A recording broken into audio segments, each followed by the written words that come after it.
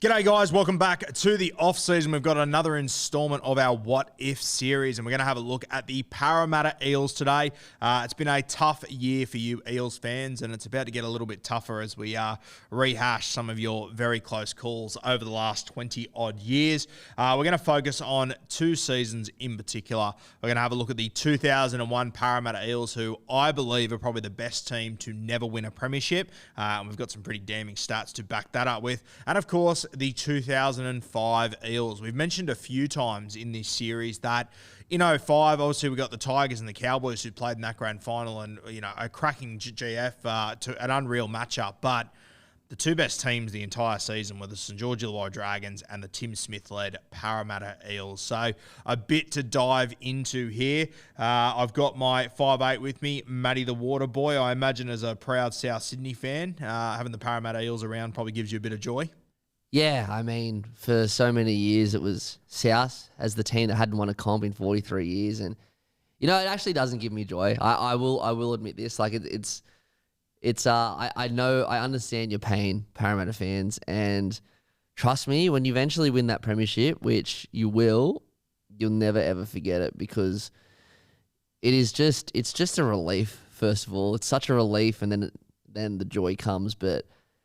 Yeah, if I was an Eels fan, obviously with South, that was our first GF and we just won it. But in my lifetime, Parra have lost 3 grand finals, and that doesn't even include 05. So let's say there was 4 very, very close missed chances. So I truly do feel your pain, Parramatta fans. But sorry to rub it in this episode. And I mean, I think that's when I look back at, all their close calls, I mean, 01 we'll talk about in a minute. The one thing standing in their way was an immortal, Andrew Johns. 05, they didn't lose a grand final, but what was the thing standing in their way there? Jonathan Thurston. Yeah.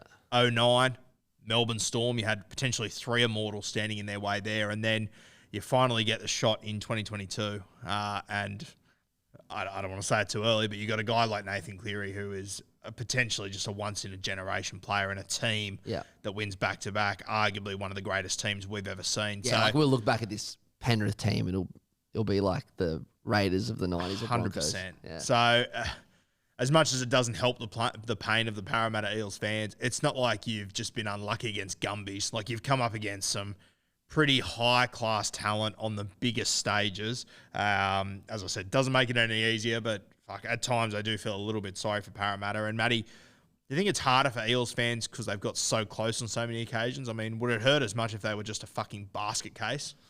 Well, they were a basket case from the start of this decade, and I think they'd rather be in Prems. I guess, again, not to make it about South, I promise that's the last time I speak about it, but if I can relate to myself, South have been in the prelims last 5 years, only made 1 grand final loss, but as much as it's annoying that we don't win a comp, we're always successful, so it's at least there's joy throughout the year. But yes, it would be very frustrating, and I seriously do feel for you guys. I really do. Yeah, as do I. It's it's tough to watch because also we did the live show before the grand final, and before the grand final, I didn't really care who won, Parra or Penrith, but at the locker room there was only Parra fans there. There was 90% Parra fans, and after speaking to all you guys for an hour and just smashing some blokes, I was all aboard the fucking Eels, and I really jumped on the bandwagon. So.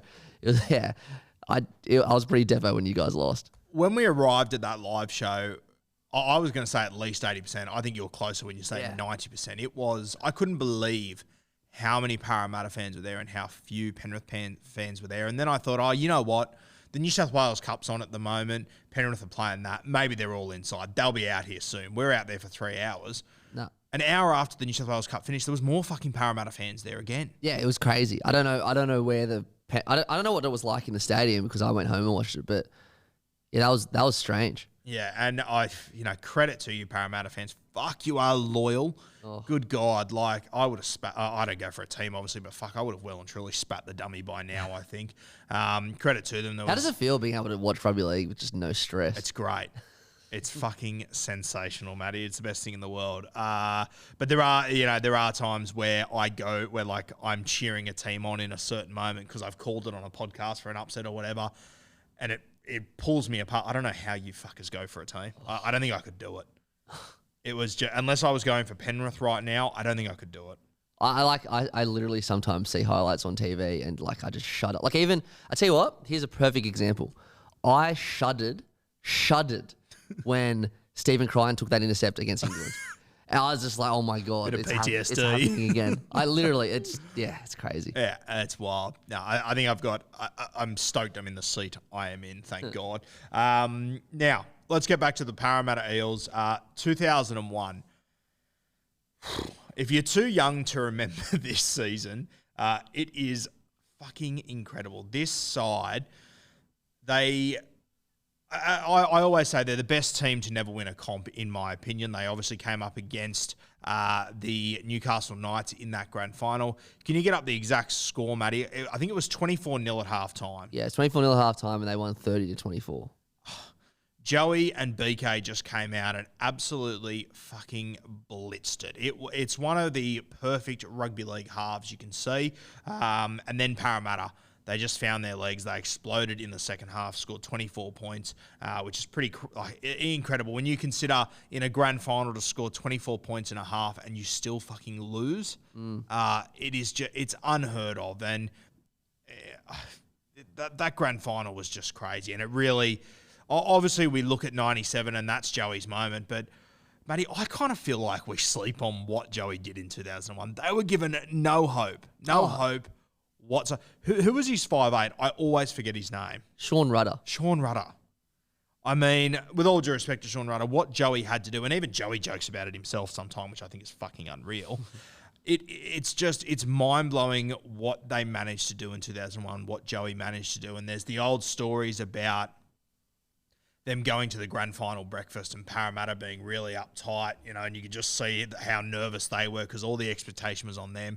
Joey's flicking food around. He's taking the piss left, right and centre. Just so relaxed going into that game. And as I said, 97 is the moment we remember Joey for, but 01 was the Clive Churchill game. And I think because they did it so easy in the first half, people forget just how good that Parramatta Eels side were. I totally agree with your statement that we sleep on 2001. I think even though it was like Joey moment in 97. I think as well because it was the Knights premiership, first premiership. Like I remember speaking to Danny Badeiras just like randomly, I think when we were on Hooks for Homeless. And I asked him, what's your favourite like rugby league moment? Like expecting him to say 2001 grand final. He's like, 97 grand final. He didn't even play. Wasn't in it, yeah. But he just like, there's something about that 97 because they won what it did for the town, their first win, and obviously the ending as well. But you're right, 2001. But Parramatta, like it would have been less of an upset this year if the Eels beat the Panthers in the grand final. 100%. Like that's like for context, like it's just it would have been like in 2017 if the Cowboys beat Melbourne. Yeah, that's what it would have been like. And not only did they beat them, they annihilated them. Like I know that scoreline was 30-24, but they scored their last try with 2 minutes to go. Like they were never in the game. Yeah, crazy. And also the Knights, their completion rate at halftime, 22 from 22. Like they just played the perfect half of football. It's the perfect half of football for me. If you put the Knights 2001 up against the Roosters 2018 grand final, it'll be a great game. Yeah, crazy stuff. And you, as we've said a few times, you got to feel for Parramatta fans when you have a look through their season. They finished with a record of 19 wins, 2 draws, 4 losses, which incredibly impressive. There was still 6 games that they didn't win there, but it was the fashion in which they did it. In their first 10 games, and cheers to Matty for getting all these stats up, in their first 10 games, they only won 4 games. Crazy. Only won 4 games in their first 10 of season 2001. From round 11 to the grand final, they only lost 1 game. So, they went win, loss, win, loss, win, loss, win, draw, win, draw. So they didn't even put back-to-back wins together until round 11 and 12. Who was their only loss in the stretch at the end? The Warriors got them 29-18 over at Ericsson Stadium. Yes, over there in New Zealand. Jeez, that era for the Warriors was special too. Yeah. Isn't it crazy how, you quite often look at these great teams, like you look at the Melbourne Storm teams and they're so dominant for so long, yet there's always a loss or two in their season to the Warriors because they just play unorthodox footy, especially back then. I used to love, I don't know what the record is now because sometimes you remember Like I remember. I know what you're going to say, and I completely agree with you. Yeah, the Warriors when they go to Brisbane, Yeah. or Warriors when they'd go to Anzac Day in Melbourne, but certainly the Brisbane one. Yeah. But then you look and they haven't won there for a bit. The Anzac Day is always the one that I always go, oh, this is always 50-50. Yeah, And then you look at it, you go, well, it's not really, but No. they're still a pretty good record. Yeah, like at the moment, like in the last 5 years, I don't think the Storm have lost. But if you go back a little bit further, the Warriors used to kill it down there. Yeah, and especially back then, the way they used to throw the ball around, it was very hard to prepare for that because teams couldn't do what they were doing. You couldn't even replicate it during the week at training or whatever. It was just white knuckle and fucking hold on and see what happens. Hope they're not at their best. Yeah. So it doesn't shock me that that's who Parramatta lost to in that period until the grand final. During the regular season, the Parramatta Eels, they average 32 points per game. Just to give you an indication, the Penrith Panthers won in 2022. They averaged 26 points per game. So, and as much as it doesn't sound crazy, they're scoring one more try per game than the Panthers. I mean, that ends up being almost 30 more tries, which is just unbelievable. And to go a little bit deeper, from round 11 onwards, they average 38 points per game. It's just insane. Like think about that. That's nearly 40 points a game. Yeah, it's almost the equivalent of saying this Parramatta Eels side from, round 11 onwards, they would have beaten the Penrith side, all on points and hypotheticals and whatever, almost 13 plus every game. And that's not a fucking stretch of 4 games. That's like 20 games in a row. It's unbelievable. That's like 40 more tries that the Parramatta Eels scored from round 11 onwards than what the Penrith Panthers did. The best was the stretch between round 19 to round 21, so 3 games. They beat Canberra 50-22. Then they beat the Storm 54-10. And then they beat the Cowboys 62-0. I mean, and mate, like if we cast our minds back 2 years ago when we had that year 2021 where there was points being scored left, right, and fucking centre, no team was near 38 points per game. No team was fucking near it, which is just unbelievable. So just to give you an indication of how good this Parramatta side was, and we'll compare them once again to the Penrith side that won last year, that won their second premiership in a row, the third team to do it in 30, 40 years, whatever it might be. The Penrith Panthers last year, points, on average, they scored 636 points. Sorry. Throughout the season, they scored 636 points. I almost had a fucking aneurysm there. Penrith, 636 points last year. The Parramatta Eels, 839. 200 more points in a season. And that's the regular season. That's the regular season, yeah. Which, I mean, they lost their grand final and scored 24 fucking points. It's crazy. Record for most tries in a season, the Parramatta Eels made it that year, 159. Penrith only scored 119 last year.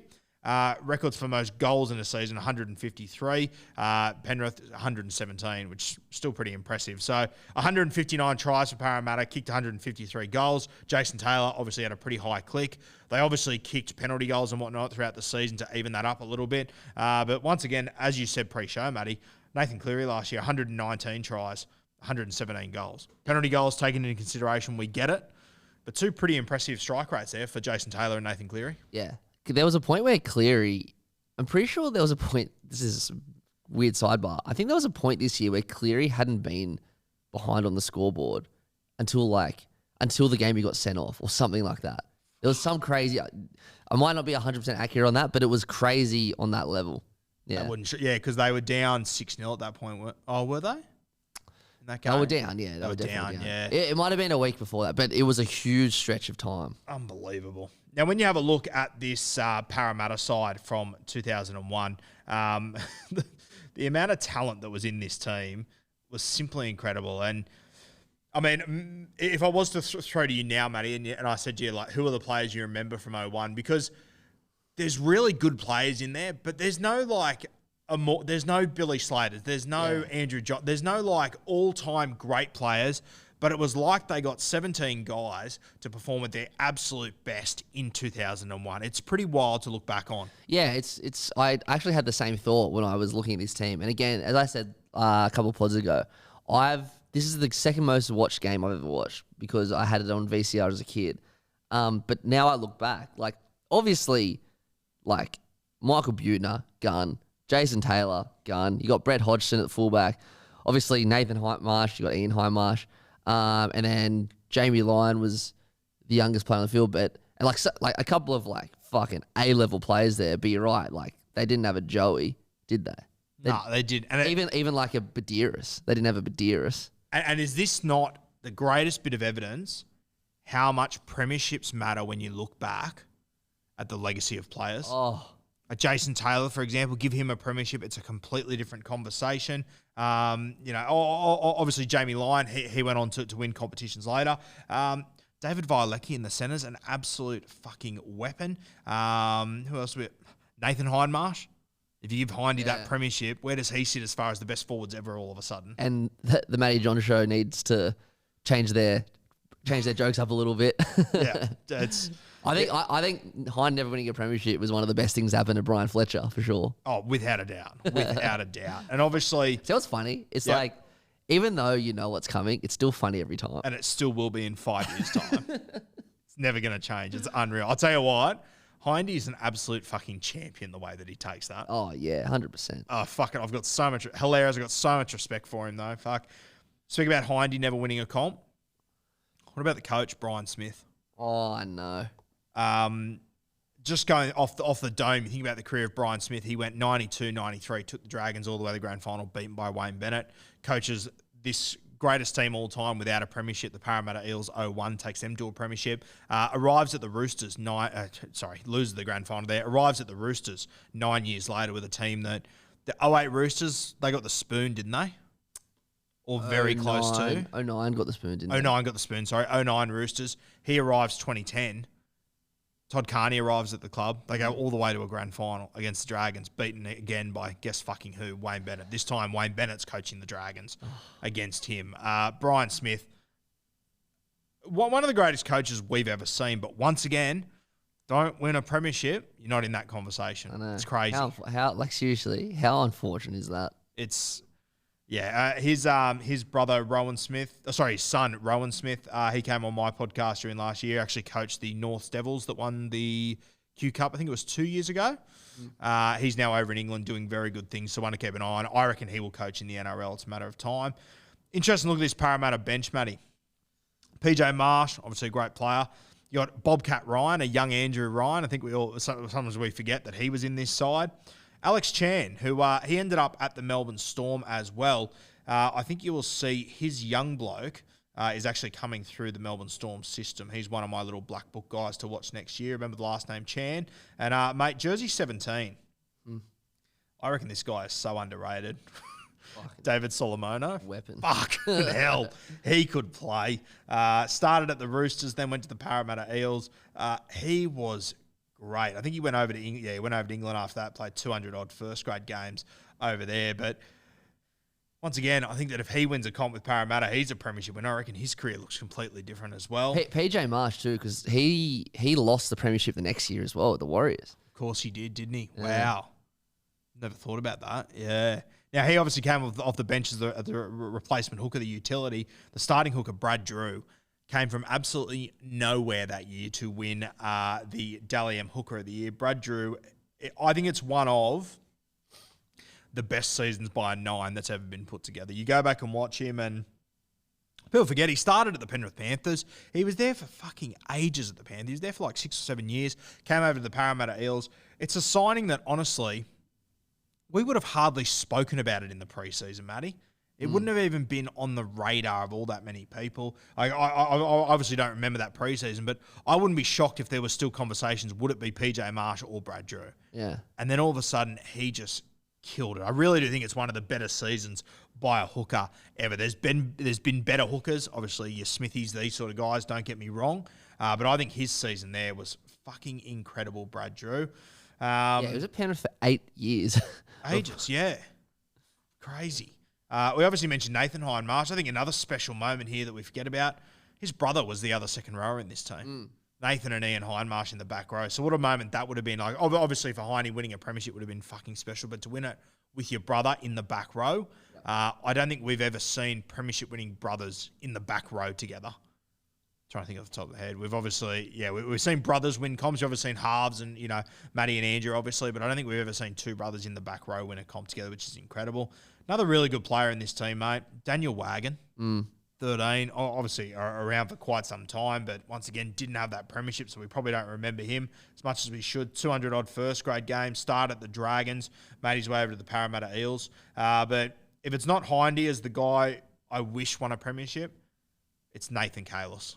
Yeah, no doubt. A New Zealand great, played out his whole career at the Parramatta Eels, 259 games in the front row, obviously losing 2 grand finals.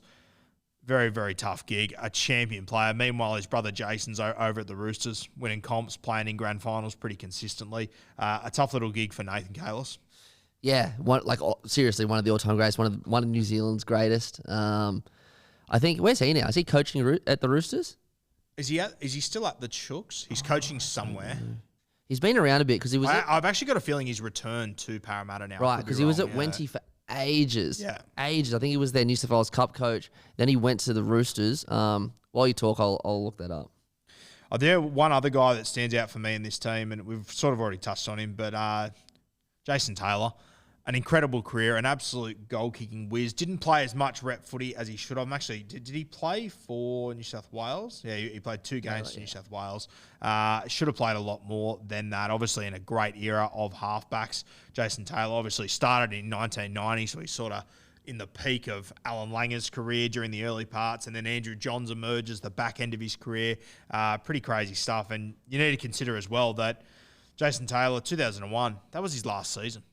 Oh, it was too. So Wow. he'd already played 10 odd years of first grade, had been incredible throughout it, but to finish that year with the most points in a season and all that sort of stuff, 2,107 points. It took Andrew Johns to break his point scoring feats, and it's not like he was in a champion team the entire time. He started at Western Suburbs, went to North Sydney, had a season with the Northern Eagles, then ended up at the Parramatta Eels, who had a cracking season, but you know, he wasn't in like premiership winning teams and whatnot and scoring points all over the place consistently. Like he had to work for those in teams that were good but not great. I tell you what I find incredible, that Parra broke all these try scoring records in 2001, yet they didn't, like Jason Taylor wasn't the top point scorer, and he wasn't even. He wasn't the top point scorer. No, it was Andrew Johns and Ben Walker. So Northern Eagles. I just assumed he was. Yeah, Wow. Northern Eagles and obviously Newcastle tied for top point scorer with 200 and fucking. All right, let's have a look. So they got 279. So yeah. I'll tell you what, Matty, on a bit of a personal note, one of my favourites in this team, and I talk about him all the time at home. Whenever Beck's carrying on, I call her Jason. You work out why? Jason. Who's the winger for Parramatta? Jason Moody. One of my favourites. She fucking hates it. Absolutely hates it. I'm going to use that. Yeah, I'd be stealing it. Now, the other guy we haven't spoken about. I'm not going to steal that. I'll get in so much trouble. The other one we haven't really spoken about just yet is Jamie Lyon for the Parramatta Eels. Now, his debut season was the year before in 2000. He played a handful of games in that season, but it was this year that he really kicks on. And, you know, obviously we said that they started a little bit slow. Then from round 11 onwards, they absolutely brained it. When you have a look back at this season for Jamie Lyon, he didn't score a try until round 13. Fuck. So he's in his second year of first grade, didn't score a try until round 13. To be fair, he sort of jumped around 5'8", bench, centre in the first few weeks, locked himself into centre from about round 6 onwards. And then you get to the finals where they played 3 games. He scored 4 tries in 3 games as a 19-year-old in his first final series. And then he gets selected for the Kangaroos, in which he's the starting centre for all 3 games of that series. So a pretty impressive knock for a young guy there. There's a stretch of 4 weeks during this season where he scores 9 tries, and then during the final series, obviously scores 4 tries in 3 weeks, scores 2 tries in the second half of the grand final as well in that loss. So to put it simply, he scored no tries in the first 3 months, and then in the last 17 weeks, he scored 15 tries. As a 19-year-old in his second season of first grade. Yeah. When he wasn't even in the starting team at the start of the season. He was on the bench, jumped in at centre, jumped in at 5'8". Unbelievable. And obviously Jamie Lyon, we all know what happened a couple of years later. He leaves the NRL, goes home, goes over the Super League, wins a Man of Steel, returns with the Manly Seagulls. And it's crazy, Matty. Like, I'll always remember him as a Manly Seagull. Yeah, of course. But I'll tell you what, if he scores 2 tries in the greatest grand final comeback of all time and wins that premiership, It's a little bit closer. Narrative changes a little bit, doesn't it? Yeah, definitely a little bit closer. Like, yeah, to me, he's always Manly, only because, mainly because 2001, I was pretty young as well. Yeah. I mainly just remember him in Manly just killing it, but you're certainly right. If he was a premiership winner at Manly, it would have been slightly different. The 29 games he played that year. That's a lot of footy for a 19-year-old. 29. Yeah. Wow. Incredible stuff. Mate, is there anyone else in that 2001 side when we have a look? Oh, one name we haven't mentioned is Luke Burt. Yeah. Another guy didn't win a premiership. Might have had hair back in 2001 just quietly. But He deserved. He was in 09 as well, so yeah. One of the few that were in both, so that's very unlucky. We said, obviously, Jamie Lyon, he scored 2 tries in the grand final. The other man that scored 2 tries was Brett Hodgson as well. Yep. Thankfully, Brett, he obviously had, this grand final loss. He had the Origin moment and whatnot, some disappointing moments in his career. But fuck, he had some highlights. His Origin debut, still to this day, one of the greatest we've ever seen. And of course, the 05 premiership, where I think he was top point scorer that year for the Tigers. He absolutely killed it. I think he was top point scorer in 05 for the comp as a whole. And he was top try scorer for 2001 for Parra. Was he really? Yeah. Wow. How many tries did he score? 21. 21 tries. Jeez, that's a good knock. Yeah. Brett Hodgson obviously had a couple of lows in his career, but fuck, he had some cracking highs as well. And after losing in 01, it was great to see him bounce back in 05 and win that comp. Matty, anyone else you want to touch on in this Parramatta side? I think we've pretty much covered them all. Covered it. Yeah, we've gone pretty in depth. And, said it a few times, but without a doubt for me, the greatest team to never win a premiership. A very, very disappointing season. Sorry, let me just correct myself. He was the top try scorer for the Eels. So Blacklock scored the most for the Dragons. That's when he was scoring fucking 10 tries a game. Yeah. So Parramatta didn't have the top point scorer or the top try scorer that year, which is crazy. And, I mentioned it on a podcast the other day, and, you can go back and have a look at these seasons. They were so good at the back end of the season. There was moments where Brian Smith would take players off and leave 12 on the field. That's just to test them. That's just disrespectful. Oh, mate, in the best possible way. Yeah, in the best possible way. It's crazy, but that's the level they were at when for that last 20 weeks. I think you said, Matty, averaging 38 points per game. That's just taking the fucking piss. It's crazy. It's almost a point every 2 minutes. Also, I know Joey wasn't playing, but before they lost to Newcastle in the GF, the last time they played the Knights, they beat them 40-0. Wow. But Joey wasn't playing. Joey wasn't in that one. No, Bedsy was halfback. So they obviously had to shift everything around a bit, but still, it was in Newcastle as well. So in Newcastle, and I mean, oh wait, no, it wasn't. It was in Parra. Was that Parra? Still, fucking impressive, incredible stuff. Now we go from 2001. Obviously a tough year. Well, a great year for Parramatta fans, but with a very, very tough finish.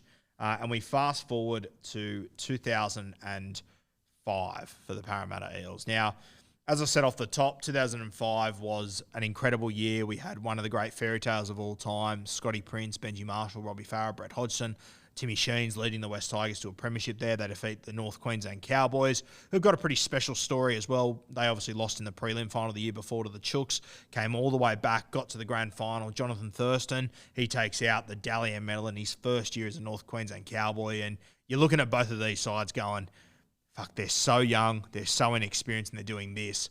These two teams could dominate the next few years. And that was after the grand final. 3 weeks before the grand final, you're going, fuck, who on earth is going to beat the Parramatta Eels or the St. George Illawarra Dragons? They were incredible. They were 1 and 2, I believe. Parramatta won the minor premiership. Minor.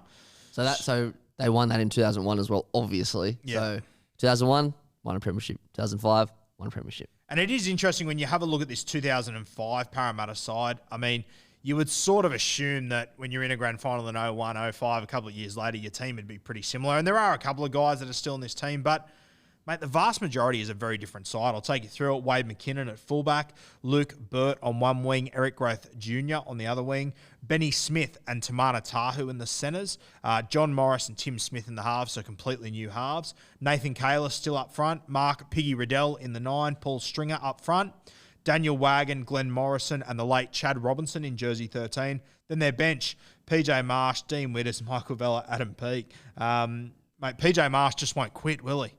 I know, great. Like, I was about to spring that up before. He went back to Parramatta and then joined that team. Poor bastard. Yeah. Good God. And of course, the coach here once again, Brian Smith. And this one won't count as a grand final loss on his record, but I will count. We'll it's count not it as far it's off. counted as a missed opportunity for sure. A massive missed opportunity. And they were great throughout the year. And obviously the superstar in this team was Timmy Smith, the halfback. This was his debut season. He played 26 games, scored 6 tries, pretty handy record. He had 41 try assists, maybe 40. Something crazy. Put it in perspective, this was Greg Inglis' debut of the year as well. So, and Tim Smith beat him for Rookie of the Year.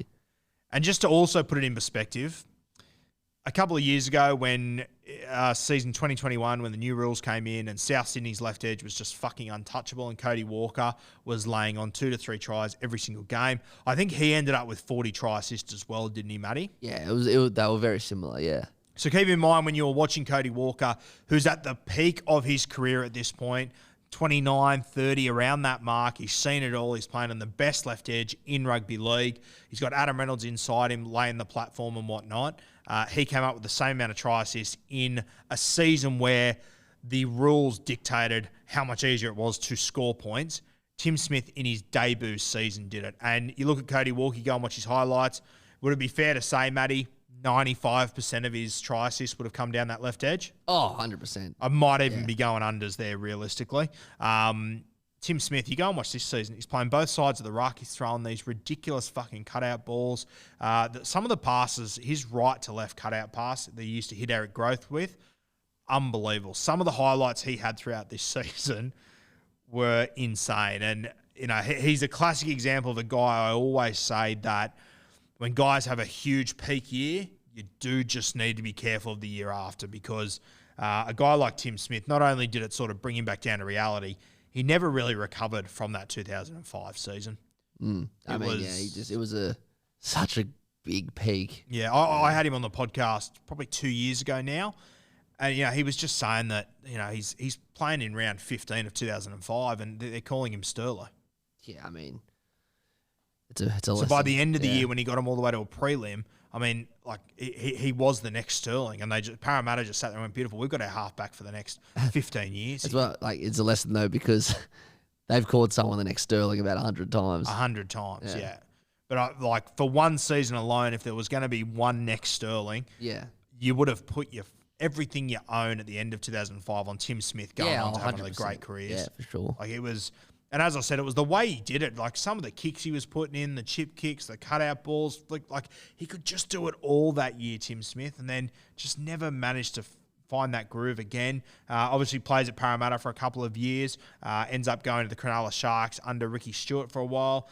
Plays there in 2010. Plays one game in 2011. That all sort of goes to shit. He heads over to the Super League.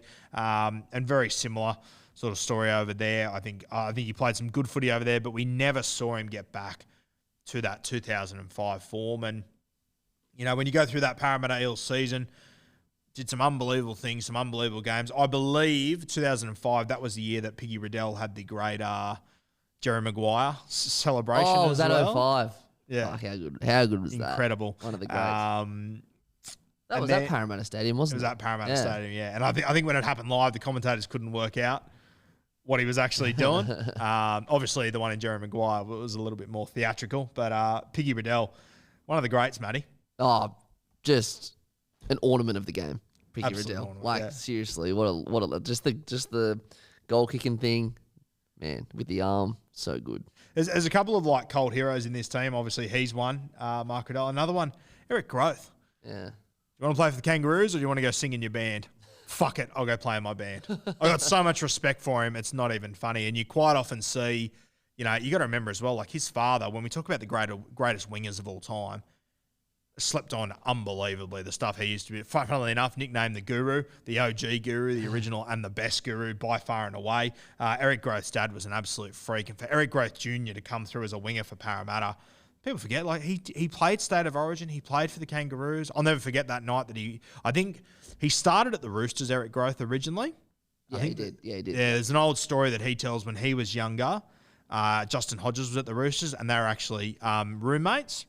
And Eric Groth tells a story that he said to Hodjo after a game or at training one day, Hodjo had a crack at someone, pushed him in the face or something. And Eric Groth said to him, why do you do that shit? And Hodjo's just like, oh, it's just how I get over the top of people. And Eric Groth said to him, fuck, if you ever do that to me, I'm going to absolutely belt the shit out of you.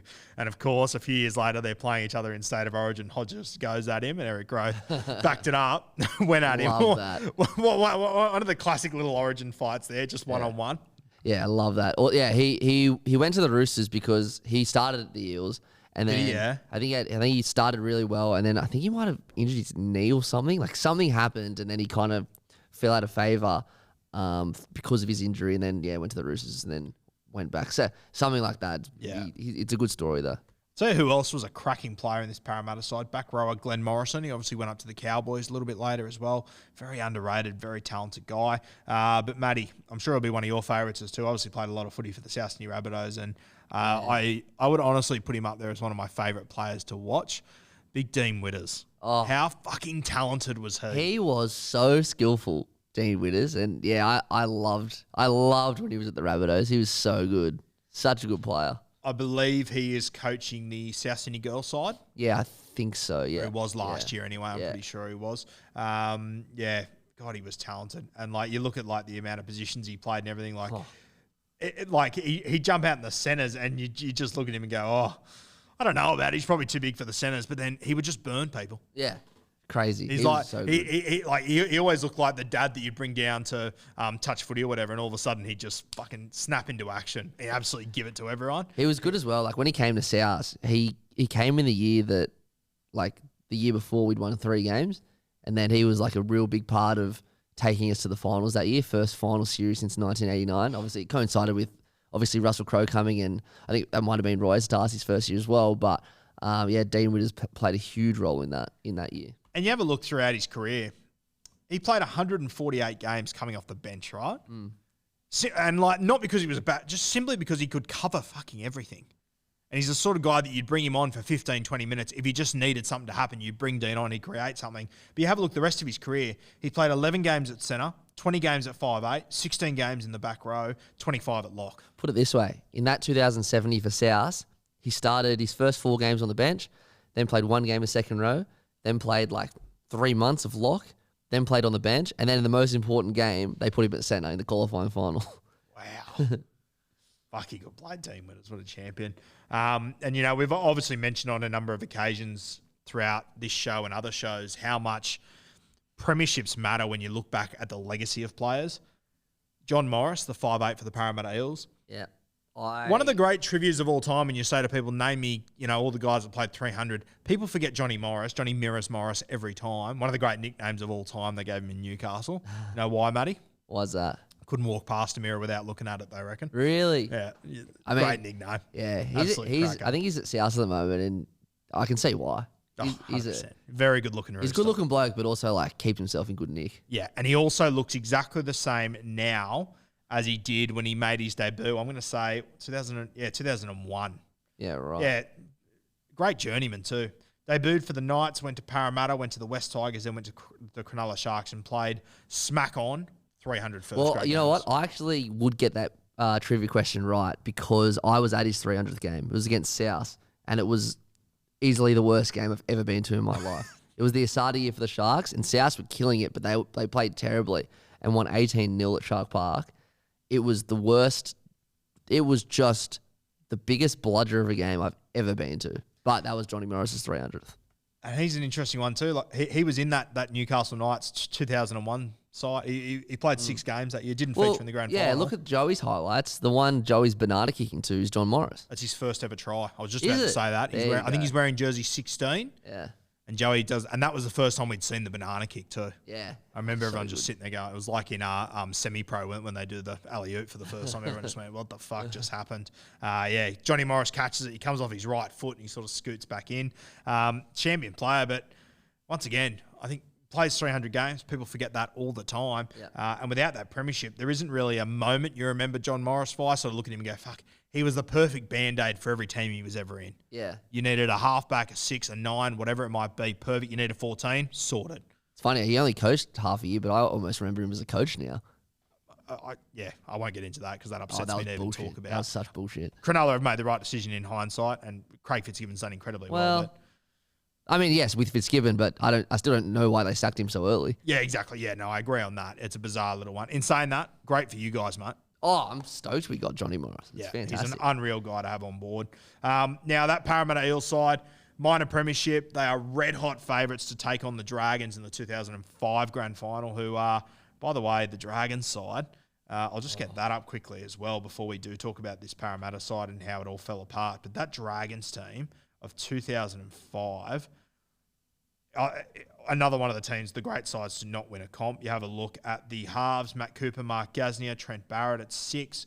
The late Lance Thompson, Mick Ennis, Justin Port, Dean Young, Sean Timmins, a cracking side. And, of course, coached by Nathan Brown. Another little what-if there. If Nathan Brown would have won a premiership in 05, I think that was maybe second or third year as a head coach. I think it was his second year. Things could have been very, very different there. And I remember being out there for this game as well. The Parramatta Eels taking on the North Queensland Cowboys to get into the grand final. I think it was the night before or 2 nights before. I think the Friday night, the West Tigers upset the St. George Illawarra Dragons at the SFS. One of the greatest games of all time. Benji Marshall scores this incredible try off the scrum. I think it was the first try of the game. Yeah. Gets the ball and just sort of shows. Real touch footy sort of stuff went through just about. I think he went through untouched. Yeah, untouched, yeah. Pretty close to it. It's funny, so a couple of years later, 7 years later in 2012, the Tigers were playing at Allianz on a Sunday Arvo game against Rabbitohs. And it was a heritage round, so they're playing with the brown ball and playing in the Western Magpies jersey. Benji Marshall, off the scrum, did the exact same thing, except last second he passed it to Tim Moulton. It was just marvellous stuff. You just gave me flashbacks. I thought you were going to talk about a different game. That moment, the try that Benji scored against South, where you were wearing like that minty jersey. Yeah. And he shows and he freezes and then he big goosies through the line. Off the scrum. Yeah, that was Vintage sick as well. bench. And it's funny, Tigers are actually wearing their heritage jersey. Yeah, that's right. Yeah. That's the exact try I thought you were about to talk about. But yeah, the West Tigers, they'd upset the St. George Illawarra Dragons on the Friday night. Tigers into a grand final, unbelievable scenes. Then you've got this game, Parramatta and the North Queensland Cowboys, and it's one of those moments where you go, Parramatta's got to win 2 games, but they're red-hot favourites to win this premiership now. Now the Dragons are out of their way. They are red-hot favourites to win. And I said earlier that Tim Smith, he had this incredible combination with Eric Growth, chip kicks, cut-out balls, all this sort of stuff that was unbelievable. And I remember talking to Tim Smith, and he said that in the first 10 or 15 minutes of that game, it was reasonably close to start or whatever, he throws a cut-out ball to Eric Growth that he said he looked, he saw the opportunity. It was exactly like every other time throughout the season, Matty, and he lands it through this ball. And I can't remember, it went over the sideline, it fell short, whatever happened, but he said as soon as he threw that, he thought, today's different. Yeah, it was just one of those days for Parra. And do you remember the lead-up? Because Hindmarsh, obviously, close to their best player. Obviously, Tim Smith was the best player that year, but Hindmarsh did his knee, I think, and he was like 50-50 to play. And I remember and I read his book as well, like he was a chance to play. I think the day before the game, he was a chance to play, and then people were coming out and saying, don't risk him because like we can win without him and then get him through to the grand final. And they didn't just lose; they got pumped. They lost 29-0. No, they got absolutely. Yeah, you're right. Nathan Hindmarsh didn't play. I didn't even remember that. Yeah, they got absolutely pounded in this game. Great Cowboys side too. Matty Bowen, Ty Williams, Josh Hannay, Paul Bowman, Matt Singh. Didn't it feel like Josh Hannay and Paul Bowman were the centres for about 35 years That's for the all Cowboys? I remember for the Cowboys. And even Matty Singh on the wing. Ty Williams. Yeah, you're right. Fuck, that is what I would say. I would call like the vintage Cowboys backline. Cowboys, yeah. That's the backline there. Wow. Jonathan Thurston at halfback. Justin Smith, he jumped in at 5'8" that day because Brett Furman went to the bench. Front row, Paul Rahihi, Shane Tronk, Aaron Payne, Steve Southern, Luke O'Donnell, lunatic, Travis Norton at 13. Then on the bench, Fayumu, Mitch Sargent, and Rod Jensen. This Cowboys team absolutely gave it to them, 29-0. Thurston and Bowen put on a show. Thurston kicks a field goal at the end, just taking the piss. I'm pretty sure it was off his left foot, off balance. in all sorts, and there was no pressure on him whatsoever. It really summed up that moment. Parramatta have had some close calls. 0-1, obviously the most disappointing, but Jesus Christ, 0-5, it gets slipped on as far. Well, I'm sure by Parramatta fans it doesn't. I guess because they didn't actually make the final. I reckon that's why. Yeah. And also because the Dragons, in quotation marks, choked as well. That might overshadow it a little bit too. Yeah, would have been interesting to see if the Dragons did play the Eels in that grand final. I mean, I as much as they were the two best teams throughout the season, I don't think it would have been anywhere near as memorable in my opinion. Yeah, no, I agree. When's the last time we've seen like a genuine upset in the grand final? On the spot, is it 2000 and? What do you mean, like when a real rank outsider wins it? Yeah. Is it? Well, I wonder who would have been favourites, Tigers or Cowboys? That would have, probably in Sydney. Maybe Tigers would have been favourites there. But even still, we're going back. Like maybe Storm and Manly, it would have been $1.80, $2. But I mean, like legit outsiders. Yeah, probably that. We haven't seen one in a while. I mean, surely the Cowboys would have been favourites over Brisbane, wouldn't they? Oh, sorry. I mean, Brisbane would have been favourites. Yeah, probably, yeah. But it would have been tight. It would have been tight, yeah. But like a full-on legit upset because we saw, like, we got 2 in 3 years in 2001, 2003. Yeah. Yeah. Yeah. Yeah. There's no other ones that are really springing to mind for me anyway since then. So, yeah, it probably was back then. Parramatta Eels fans, fuck, we feel for you. Your loyalty is unmatched. And as we said, I think, as you said before, Matty, really stood out for me at the live show. I couldn't believe how passionate. It doesn't shock me how passionate they were, but just how many Parramatta Eels fans there were there. Yeah, as I said, I jumped on the bandwagon as soon as I started having a yarn to all ears. It was fantastic. It was surprising, but more surprising that there was just the vast majority was Parra fans. But and it's hard because you don't want to say it, but they're losing all these players now. Are they going to be the same this year? Yeah, I'm worried. In saying that, they are losing players, but they're also you've only got you got Mitch Moses, Dill Brown, who are just getting more and more mature each year. Going to the grand final will be a lot for them, but they are losing some very, very key players. There's no doubt about it. Big players. So I am a little bit nervous. Yeah. In saying that, mate, obviously they've had great players since Sterling and Kenny but I would love to see Mitch Moses and Dill Brown be the ones to end this drought. Oh, and Gutho as well. I'd love to see those three be the ones. Yeah, this group of players, I hope they can break the drought for sure. Yeah, they're Parra are slowly becoming my. I don't really have a second team, but I'd be one of the most happy if they won for sure. Yeah, fair shout. Best of luck to you, Eels fans. Hopefully it comes to an end soon. Guys, thanks for joining us once again on the off season. We'll have more episodes coming later this week, and we'll also be going through a couple more 2023 best 17s. We'll be going through 2 sides there. We'll let you know who we're getting stuck into. If you're on YouTube, guys, subscribe. If you're listening on the podcast, come over to YouTube, type in Rugby League Guru, subscribe there. Plenty more content. Come and do the off season. Cheers, legends.